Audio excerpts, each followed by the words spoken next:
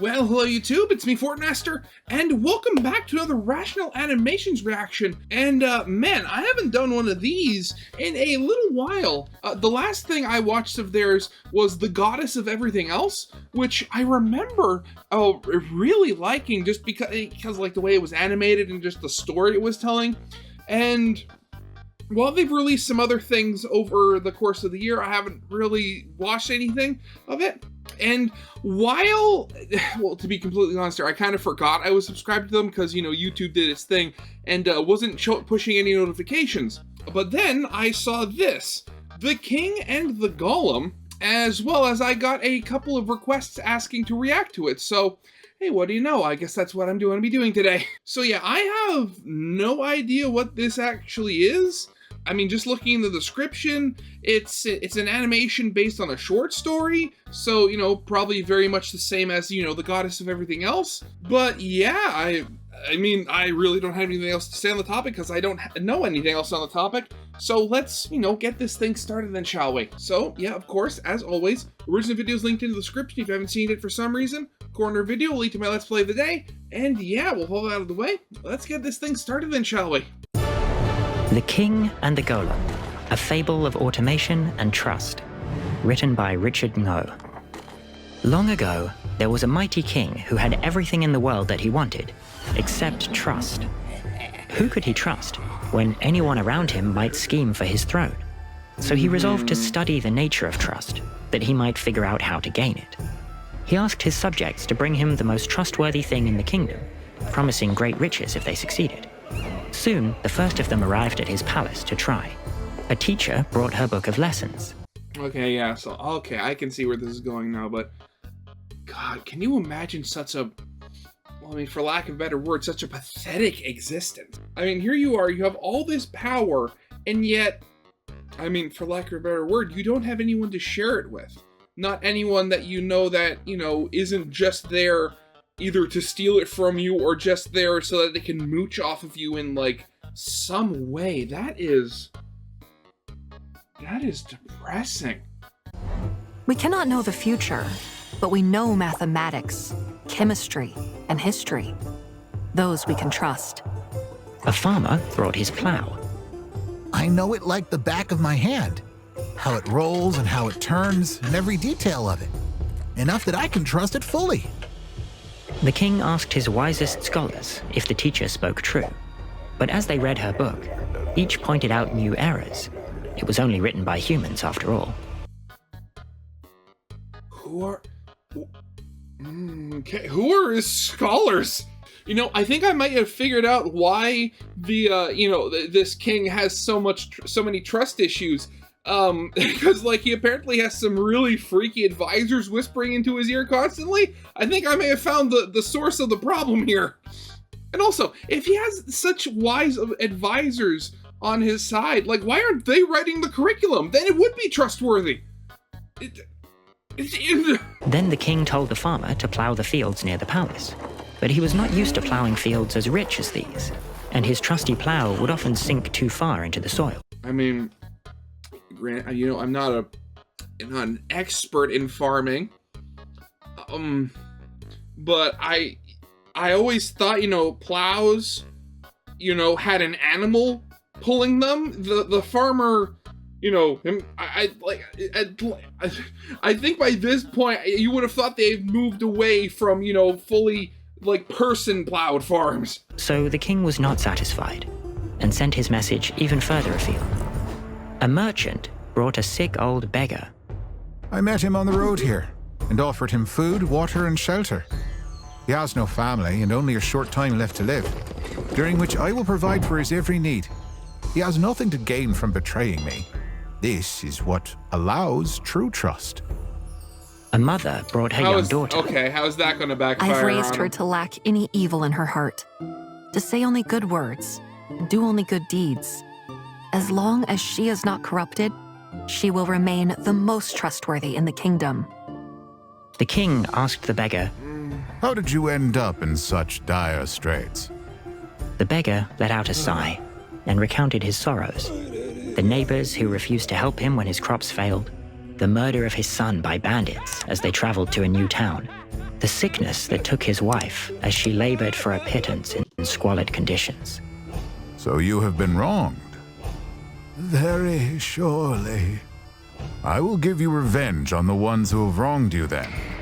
All I ask is for you to denounce this merchant. The beggar's decision did not take long, for the trust that came easily was broken easily too. To the mother, the king asked, How did you raise such a child?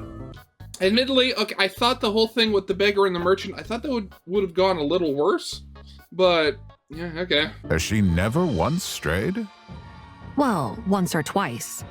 But I discipline her firmly, and she learns fast. The king, who knew something of children, ruled that for a month nobody would discipline the child in any way. By the end of it, she was as wild and tempestuous as any in the palace. So the king... Okay, so I mean, yeah, that's the whole thing. You know, raising kids is very difficult. But I mean, too heavy of a hand, and well, I remember, forget where I heard it from, but I remember hearing this one saying that, like, if you're super strict or like very harsh with your punishments to your kid, all you're doing them is teaching them how to lie better. So I mean, the fact that, you know, a single month, I mean, is all that it took for her to go like this? I'm a little, more than a little worried. King remained unsatisfied and renewed his call for the most trustworthy thing in the kingdom. Now his subjects became more creative. An economist brought him a book of statistical tables. Any individual might vary and change, but in aggregate, their behavior follows laws which can be trusted. I mean, I can see that, but at the same time, I mean, what was it? It was Agent K and Men in Black said it best. A person is smart. People are dumb, panicky, dangerous animals, and you know it. So, I mean, yeah, I could see that working. A philosopher brought a mirror. By your own standards, only you are truly trustworthy, sire. Nothing else can compare. Now I'm just wondering what's going on with that. And okay, so I know this is, you know, like fantasy, you know, medieval Europe-esque sort of deal. Like, and I can get around, you know, some of the like the hat choices, like, you know, the woman, like probably like some part of like some sort of order or, you know, something of that nature. What is what is this though? The king scrutinized the economist's tables. The trend changed here 15 years ago. Why? The economist launched into a long, complicated explanation. And did you discover this explanation before or after it happened? After, Your Highness. If you tell me when the next such change will happen, I will bestow upon you great rewards if you're right. Okay. Okay. That I could potentially, okay.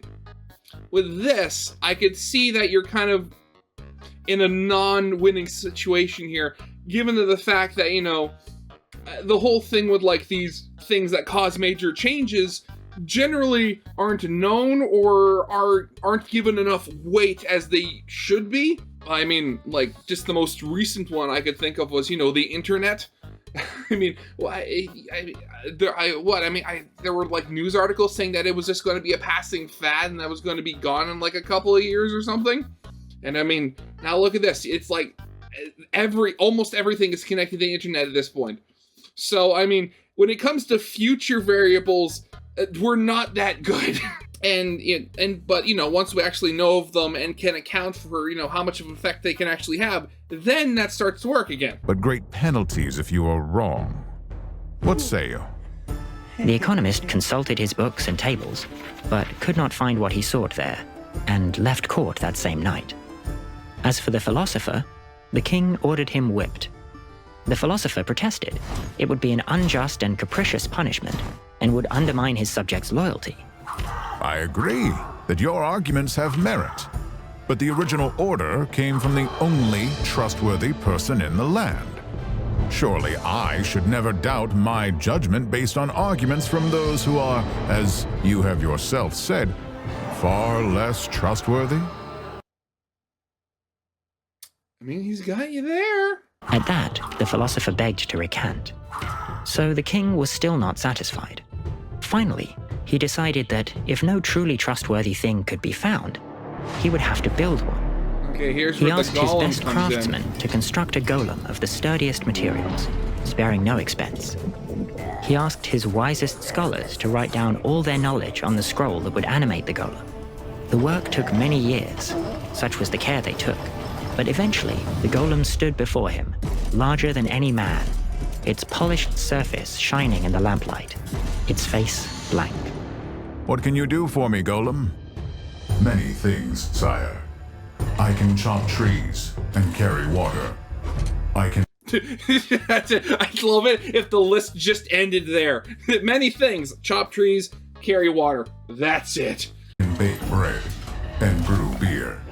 I can craft sculptures and teach children. You need Oh but God. instruct me. What, is she still and there? I will follow your command. So the king did. Over the next year, he and many others watched it carefully as it carried out a multitude of their instructions, recording every mistake so that it might subsequently be fixed, until months passed without any mistakes being detected.